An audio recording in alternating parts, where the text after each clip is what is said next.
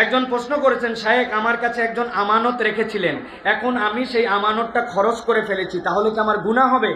ও ভাই, এ আবার কি প্রশ্ন? গুনাহ হবে মানে কি জিনিস? আপনি বলতে পারেন যেই আমানত দিছে সেইটা খরচ করে ফেলছে, এখন আমাকে দেওয়া লাগবে কিনা ওইটাই, তাহলে একটা জিজ্ঞাসা। গুনাহ তো হবেই হবে, আমানত আপনাকে দিছে, আপনি দুনিয়া বদল হলেও সেটার খেয়ানত করতে পারবেন না।